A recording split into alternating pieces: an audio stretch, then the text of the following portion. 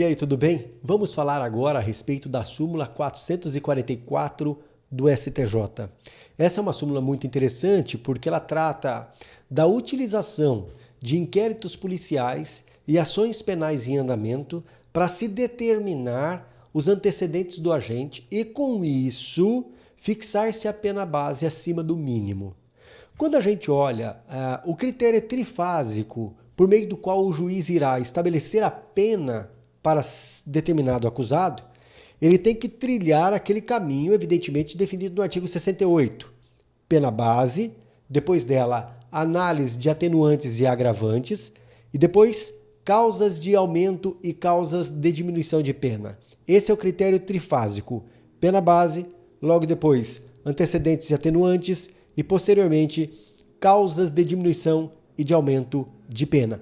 Esse é o critério trifásico que nós encontramos lá no artigo 68. E o nosso trabalho está exatamente na determinação da pena base, que é a primeira fase do cálculo. Quando se fala da pena base, nós deveremos olhar para onde? Para o artigo 59 do Código Penal, extrairmos dali os critérios a serem analisados e, observando esses critérios, definirmos se a pena deve ficar acima ou não do mínimo legal. Isso na primeira fase do critério trifásico. Vamos dar uma olhada no nosso material ali, então? Olha o que nós temos, que interessante. Súmula 444 do STJ é vedada a utilização de inquéritos policiais e ações penais em curso para agravar a pena base. Então, é isso que está dizendo o STJ. Não pode utilizar inquéritos e ações penais em andamento para agravar a pena base. Agora, vamos entender como é que o juiz caminha em relação a essa fixação da pena. Preste muita atenção. Critério trifásico. São 3 fases que nós temos aqui, observado que eu tenho no artigo 68. Primeiro, define-se a pena base, que está aqui. Depois, define-se agravante e atenuantes genéricas. E, posteriormente, causas de aumento e de diminuição de pena. E depois de tudo isso, fixar-se o regime prisional. Mas precisamos estabelecer aqui quais são os critérios que serão levados em consideração na determinação da pena base.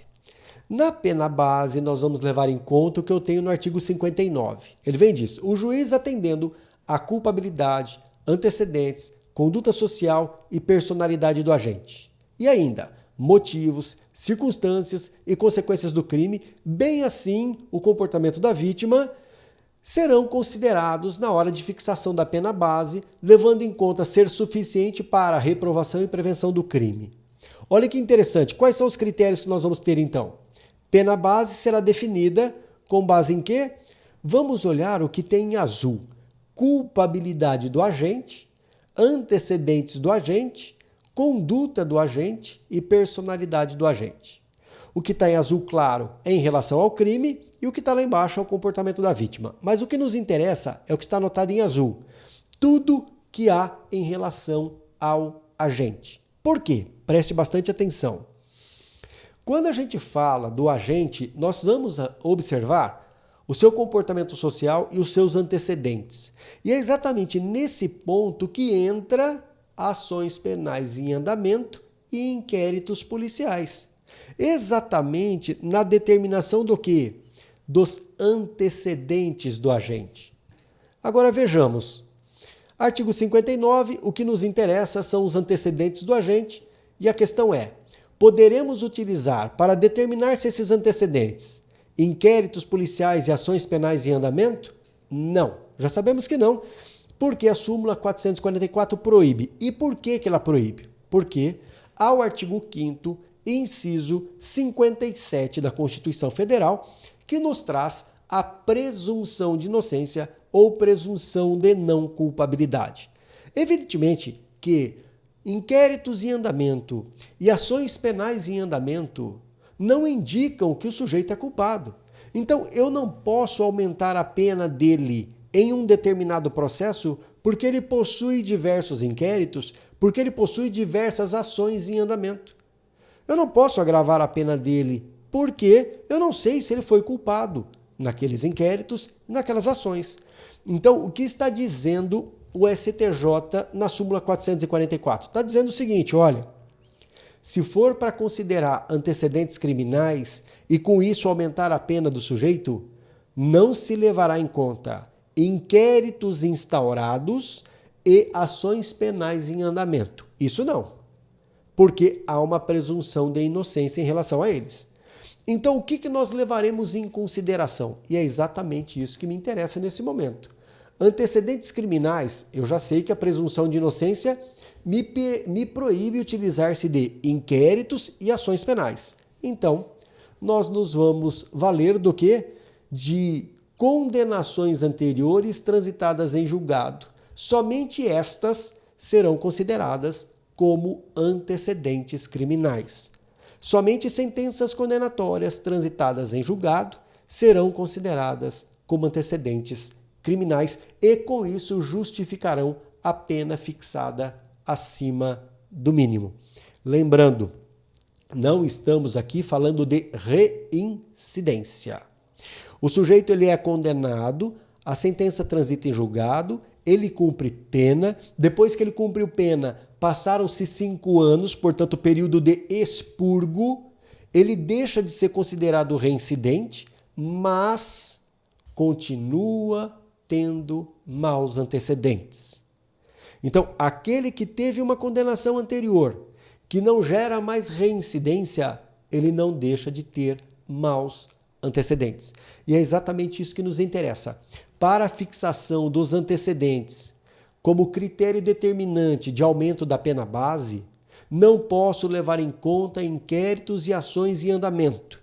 Levaremos em conta o quê?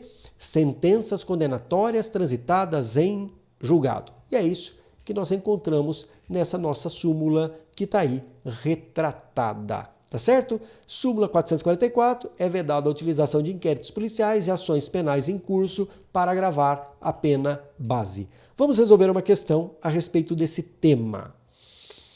Em razão do princípio constitucional da presunção de inocência, apenas condenações criminais transitadas em julgado podem justificar o agravamento da pena base. O item está absolutamente correto, corresponde exatamente àquilo que a gente estava tratando. Vejamos uma outra. Oswaldo foi condenado pela prática de estelionato. Ao aplicar a pena, o magistrado majorou a pena base, indicando, entre as circunstâncias previstas no artigo 59, os antecedentes de Oswaldo. Para tanto, o magistrado levou em conta 5 anotações nas folhas de antecedentes. Entre elas, uma condenação não transitada em julgado pela prática de falsidade ideológica.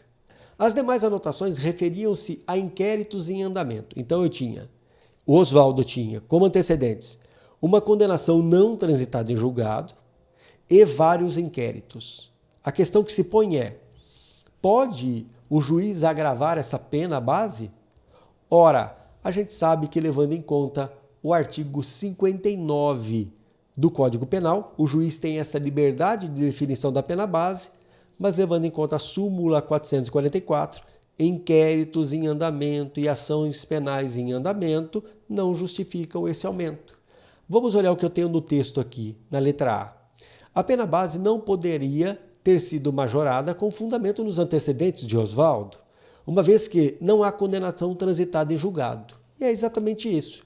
O gabarito que nós vamos encontrar aqui é a letra A, com base na súmula 444.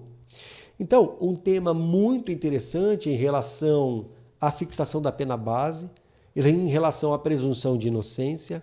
Então, lembre sempre, maus antecedentes só podem ser considerados processos findos onde há uma condenação transitada em julgado. Inquéritos policiais instaurados e ações penais em andamento não podem ser levadas a efeito ou levados em consideração para se determinar os maus antecedentes. É isso aí.